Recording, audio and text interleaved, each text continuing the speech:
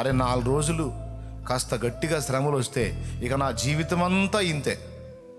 అరే 1 సంవత్సరం పాటు కాస్త ప్రతికూలతలు వస్తే ఇక నా బ్రతుకంతా ఇంతే. ఏదో 2-3 ఏళ్ల పాటు కాస్త శ్రమలు వరుసగా కనబడితే ఇక నా జీవితం అంతా ఇంతే అని ఫిక్స్ అయిపోతారు. 2 ఏళ్ళు కాదు, 4 ఏళ్ళు కాదు, 10 ఏళ్ళు అయినా తప్పకుండా ఆయన చిత్తం అయితే ఆయన నిన్ను ఖచ్చితంగా విడిపిస్తాడు. ఆ నిరీక్షణ పోగొట్టుకోకూడదు, ఆ నమ్మిక తప్పిపోకూడదు. తుది శ్వాస విడిచేంత వరకు ఆయన పట్ల మనకున్న విశ్వాసం సన్నగిల్ల రాదు, నిరీక్షణ కోల్పోరాదు. ఈరోజు ఇక్కడ కూర్చున్నాళ్ళు కావచ్చు, లైవ్లో అందుబాటులో ఉన్నాడు కాదు, అందరికీ చెప్తున్నా, రేపు పరిస్థితులు మారునన్న ఆశ ఉన్నది. ఈరోజు నీకు శ్రమ వచ్చిందా, రేపు విడుదల కలుగునన్న నిరీక్షణ విశ్వాసం మనకున్నది. ఉంది ఉంది ఉంది ఉంది ఉంది ఉంది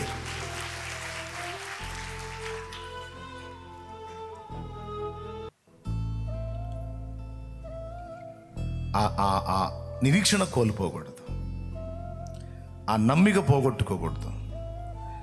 మరణం వరకు నమ్మకంగా ఉండు, నేను నీకు జీవ కిరీటం ఇస్తానన్నాడు. అపవాది మిమ్మల్ని చెరలో వేయించబోతున్నాడు. 10 దినములు శ్రమ కలుగును, మరణం వరకు నమ్మకంగా ఉండు, నేను నీకు జీవ కిరీటం ఇస్తాను. బతుకంతా శ్రమ కాదు, 10 days.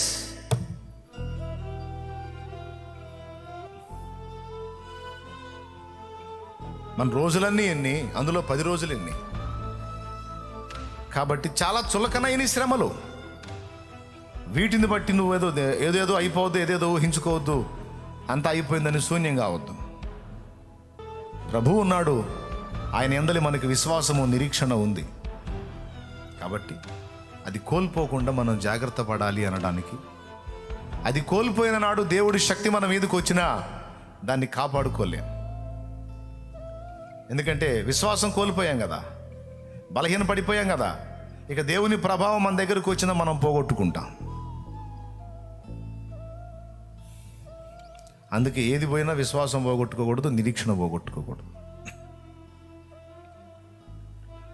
సడలని విశ్వాసం మన నరనరమున ఉంటే నరకాలే తలవంచవా అన్నాడు ఒక రచయిత.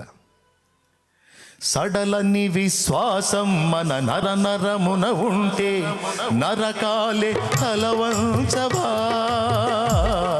సడలని విశ్వాసం మన నరనరమున ఉంటే నరకాలే తలవంచవా. వస్తాడు వస్తాడు, దివిని వీడి వడివడిగా దిగి వస్తాడు. ఆ కరుణామయుడు తాను తిరిగొస్తాడు. వస్తాడు వస్తాడు, దివిని వీడి వడివడిగా దిగి వస్తాడు. ఆ కరుణామయుడు తాను తిరిగొస్తాడు. వస్తాడు వస్తాడు. ఈ పాట అంతట్లో ఈ మాట నాకు చాలా ఇష్టం. సడలని విశ్వాసం మన నరనరమున ఉంటే నరకాలే తలవంచవా. మనుషుల మీద విశ్వాసమా? మరి దేని మీద విశ్వాసమా? దేవుని మీద విశ్వాసం. దాన్ని సడలగొట్టడానికి నిరంతరం దాడి చేస్తాడు సైతాను. దాన్ని పోగొట్టుకోకుండా అంతం వరకు కాపాడుకోవాలి. అలా నేను చేశాను, ఇక నా కిరీటం ఉందన్నాడు పౌలు మహనీయుడు.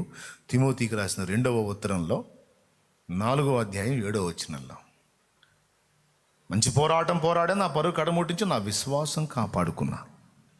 ఆ విశ్వాసాన్ని సడలగొట్టడానికి చూస్తాడు సైతాన్. మనం పోనీయకూడదు. అంతవరకు నరక యాతనను అనుభవిస్తున్నా ఖచ్చితంగా అది నీకు తప్పకుండా తల వంచి తీరుతుంది. ఆ పరిస్థితి ఖచ్చితంగా మారి తీరుతుంది. Amen amen.